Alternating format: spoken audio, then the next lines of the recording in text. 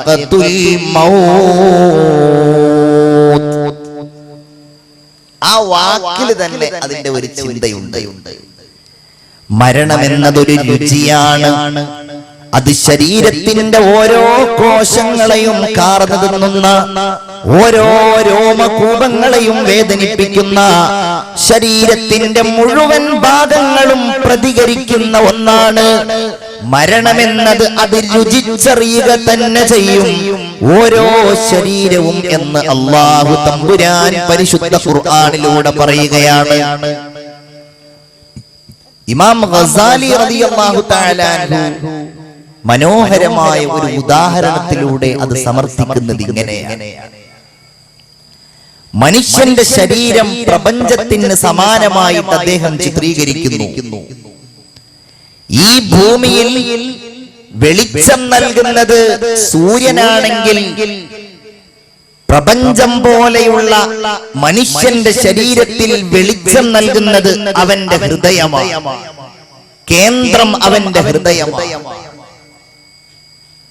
അവന്റെ ശരീരത്തിലെ ഗ്രഹങ്ങൾ പോലെയാണ് ശരീരത്തിലുള്ള അവയവങ്ങൾ.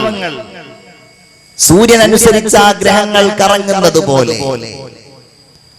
അവന്റെ ശരീരത്തിലെ സൂര്യനും ചന്ദ്രനും നക്ഷത്രങ്ങളും അതുപോലെ സമുദ്രവുമെല്ലാം ശരീരത്തിൽ തന്നെയുണ്ട്. കണ്ണ്, രോമങ്ങൾ, തല, മുടി, കൈകാലുകൾ, വിരലുകൾ എല്ലാം. അദ്ദേഹം പറയുന്നു, ലോകാവസാനത്തിന്റെ ഘട്ടത്തിൽ ബഹുമാനപ്പെട്ട ഇസ്രാഫീൽ അലൈഹിസ്സലാം സൂറെന്ന കാഹളത്തിൽ ഊതിയാൽ ഭൂമി തരിപ്പണമാകുന്നത് പോലെ, സൂര്യൻ കെട്ടതിന്റെ വെളിച്ചം മങ്ങി അത് താഴേക്ക് നിപതിക്കുന്നത് പോലെ, സമുദ്രമെല്ലാം ആർത്തലച്ചു വന്ന് ആ സമുദ്രമൊക്കെ പൊട്ടി ആകെ ഭൂമിയിലാകെ ഛിന്ന ഭിന്നമാകുന്നത് പോലെ മനുഷ്യന്റെ ശരീരത്തിന് മരണം വരുമ്പോ അങ്ങനെയാണ്. അവന്റെ ഹൃദയം നിലച്ചു പോകുന്നു. ഗ്രഹങ്ങൾക്ക് സമാനമായ അവന്റെ അവയവങ്ങളുടെ മുഴുവൻ പ്രവർത്തനങ്ങളും നിലയ്ക്കുന്നു. അവന്റെ കണ്ണുകളുടെ കാഴ്ചയില്ലാതെയാകുന്നു. ഇപ്പോൾ നമുക്ക് എന്തെല്ലാം ചെയ്യാൻ കഴിയും ഓർത്തു നോക്കൂ. നിങ്ങൾക്കിരിക്കാം, നിൽക്കാം, കടക്കാം, ചിരിക്കാം, എന്തെല്ലാം ചെയ്യാം. ഒരൊറ്റ നിമിഷം മതി എന്റെ സഹോദര. ഓർത്തു നോക്കൂ, ആ നിമിഷത്തിന്റെ രക്ഷയെക്കുറിച്ചൊന്ന് ഓർത്തു നോക്കൂ നിങ്ങൾ. ആ സമയത്തുള്ള രക്ഷയാണ് നമുക്ക് അനിവാര്യമായിട്ടുള്ളത്. അത് കഴിഞ്ഞാൽ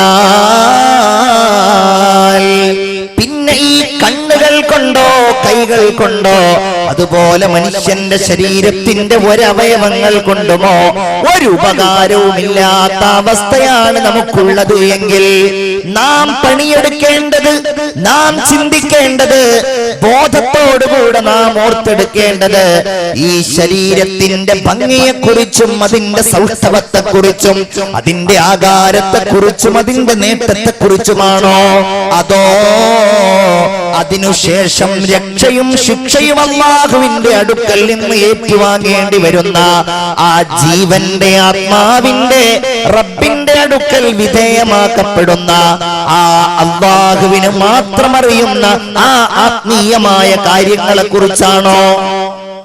അവിടെയാണ് ഇത് ചിന്തിക്കുന്നവര് ബേജാറാകുന്നത്.